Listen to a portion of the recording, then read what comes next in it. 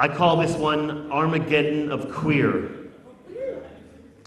And I wrote it when Prop 8 was on the ballot, was first put on the ballot way back when, and you had all these henny pennies that were saying at the time, we had gay marriage is one giant leap down the slippery slope to Armageddon, wrote Christian columnist Harry Hardwick. And Scott Lively, director of the Pro-Family Law Center, said, gay marriage will have terrible consequences for our nation. And that shrew, Sandy Rios, president of the Families for the Protection of Marriage, wrote that if we allow gays to marry, it will destroy the very fabric of society. Hence this column, Armageddon of Queer, tearing the very fabric of society. Day 1, March 27th, Monday. I noticed it the moment I awoke, this peculiar feeling that somehow the very fabric of our existence had been altered in some terrible, irreversible manner. I dragged myself out of bed, walked to the front room, looked out the window, and couldn't believe what I saw. The sky was black and orange. Emergency vehicles whizzed by. A dozen or so stalks of smoke and flame billowed from upturned automobiles, and a dog was trotting down the street with a charred human leg between his foaming jaws. I picked up the newspaper. The headline read, "Supreme Court allows gay marriage, very fabric of society torn." Day 2. It's only been 2 days since the fall of straight marriage, and already the electricity is out. I put batteries in the radio and listened to the emergency broadcast system. Reports were coming in that homosexuals are getting married in droves and roaming the streets attacking heterosexuals. City Hall had been sacked and looted bare. The grocery and department stores empty. I nailed down doors, boarded windows, loaded my 20-gauge Remington single-barrel shotgun, and leaned it against the wall. Day 3. Attacked by a gang of roving married queers today.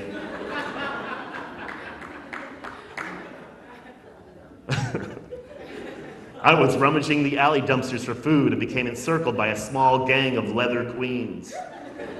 They were shoving me between them like a medicine ball and kept calling me hetero. Then they threw me on the ground and kicked me repeatedly. "No, no," I pleaded, crawling to my knees. I'm gay, gay is great." They stopped kicking me then, a look of curious indecision and empathy on their faces. Their leader, a hairy leather dandy with Judas Priest tattooed on his neck, stepped forward and unzipped his fly. "Prove it, hetero," he said, waving his disgusting phallus in my face. I stood there frozen, unable to move. "I can't." "Get him!" they shouted. The rest is a blur. Day 15. Listened to the emergency broadcast again, but all they played was Cher, Liza, and Barbara. 24 hours straight. All-day diva radio, they called it. I used to think homosexuals were just like regular people, but after listening to diva radio all day, I've come to understand how truly twisted they are. I realized then, must never let them turn me gay. Day 43. I'm the last heterosexual alive. The rest are dead or cruising gay bars. A shantytown of queers has developed outside my house singing "We Are the Champions" through the night and slipping gay porn through my mail slot. I am sleep deprived, malnourished, underhydrated, but staunchly convicted, must never go gay. Day 71. All-day diva driving me to dementia.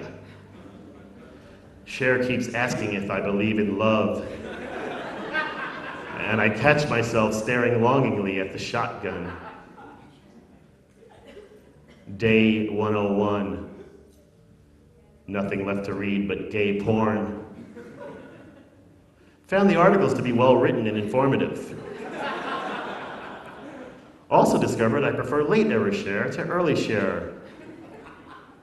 Clutch rifle tightly to breast. I am the last straight thread in the very fabric of society. Must never be gay. Day 138. Can't go on. No food but for spiders. No water but for tears. No TV but for the man's sex channel. I reach for the shotgun. Oh, how I love you, shotgun rifle, I say, holding the stock to my chest. Oh, how your barrel is so long and firm against my breastplate. A perfect fit, I think, as I push the barrel shaft to the back of my throat. Too perfect, I think, wrapping finger around trigger. Too disgustingly perfect as I gently squeeze off a buckshot orgasm.